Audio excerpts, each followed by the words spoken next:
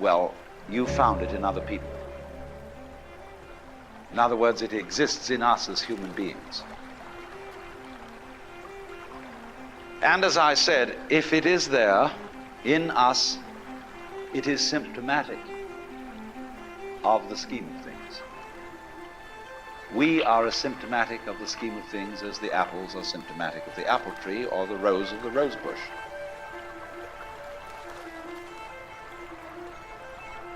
The earth is not a big rock infested with living organisms, any more than your skeleton is bones infested with cells.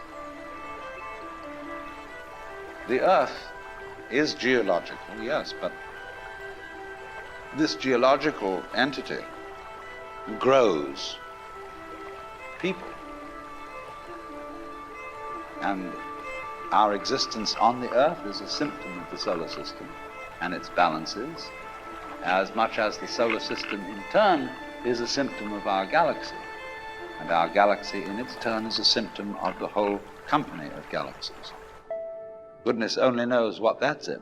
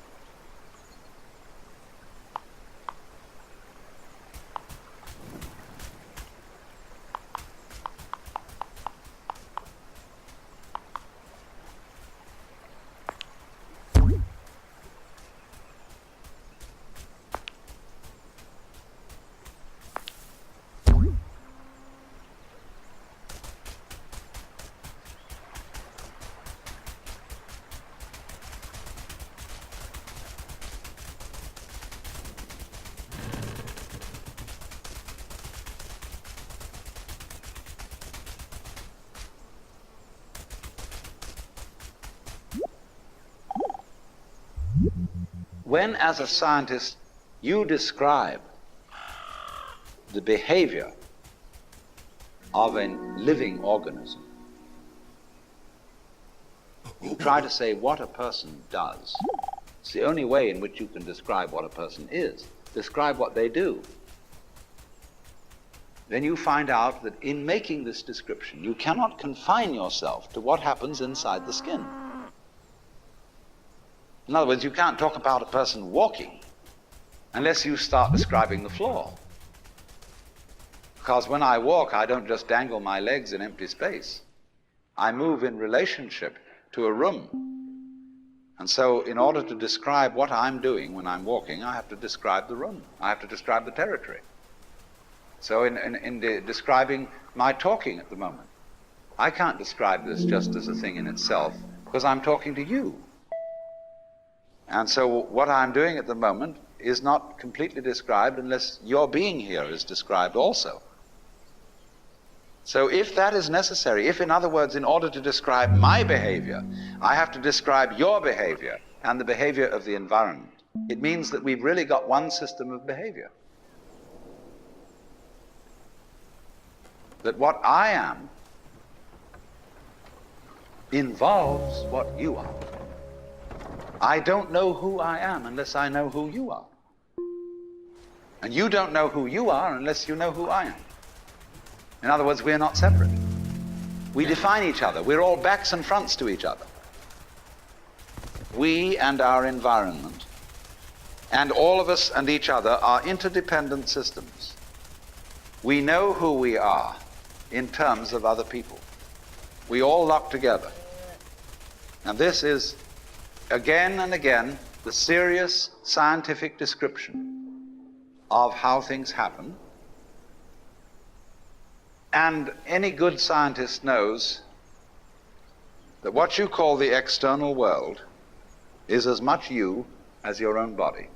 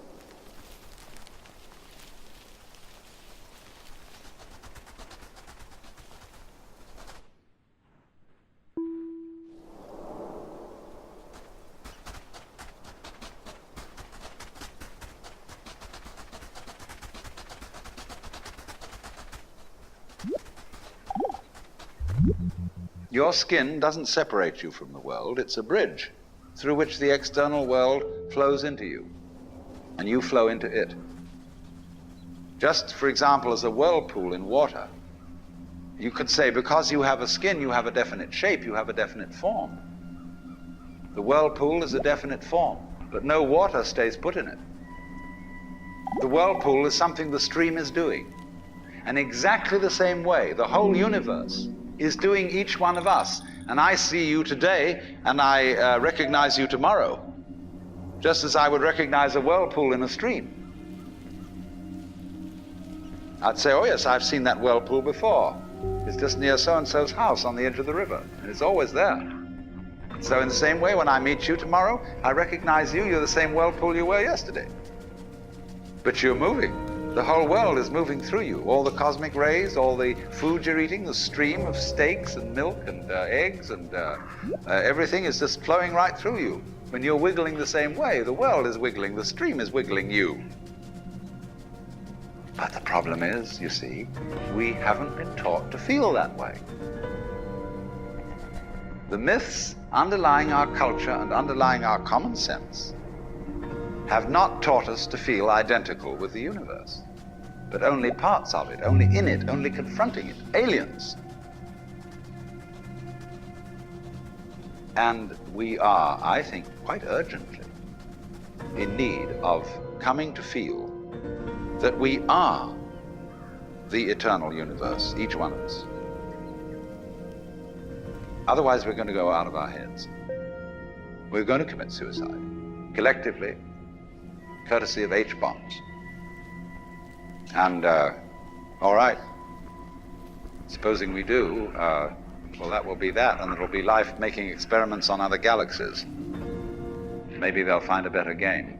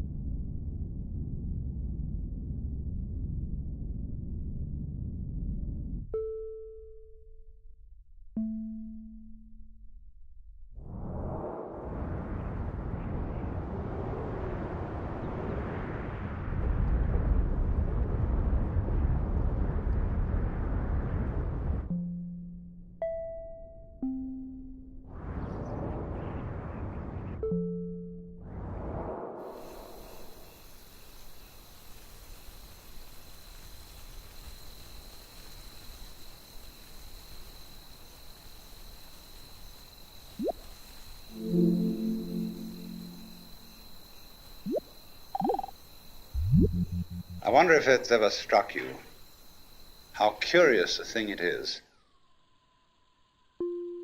that most of the things that we experience, we regard as things that happen to us, which we ourselves do not originate, which are events expressing some sort of power or activity that is external to ourselves. And if you consider that, you realize that what you mean by yourself is rather narrowly circumscribed. Even events that go on in our own bodies are put in the category of things that happen to us in the same way as things that go on in the world outside our skins. If there's a thunderstorm or an earthquake, well, it happens to you. You're not responsible for it.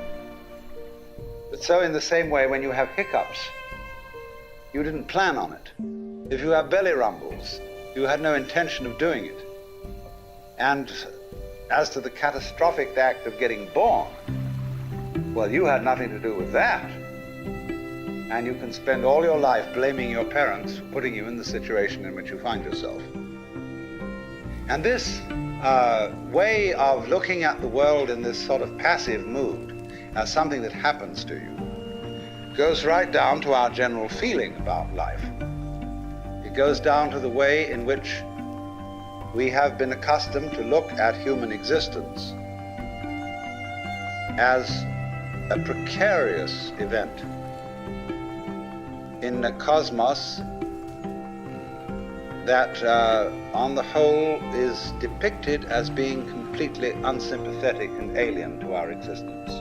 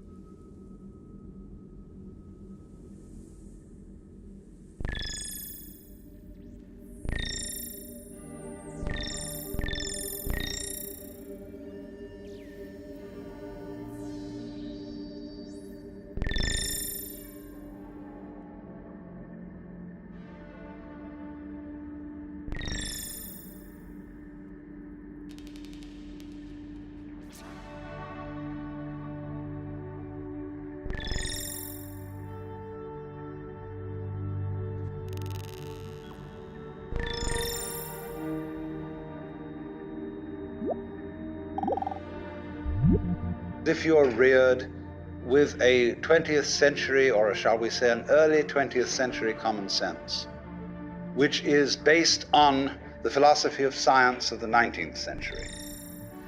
You regard yourself as an accident, a biological accident, in a stupid universe, which is mechanical, but has no feelings. A vast, pointless gyration of radioactive rocks and gas in which you happen to occur. Of course, if you don't have that point of view and you are more traditional, you look upon yourself as a child of God, and therefore under authority. In other words, there's a big boss on top of all this. And you better watch your P's and Q's, because that Almighty is looking after you with the attitude of this is going to hurt me more than it's going to hurt you. And when you look at the world in that image, or in the other image that it's a stupid mechanism, either point of view you take, you don't really belong. You're not really part of all this. Or to put it in the strongest possible way, it is quite alien to our thought that the external world, which is defined as something that happens to you, and your body itself as something that you got caught up with, it is quite alien to consider all that as you yourself. Because you see, we have such a myopic view of what oneself is.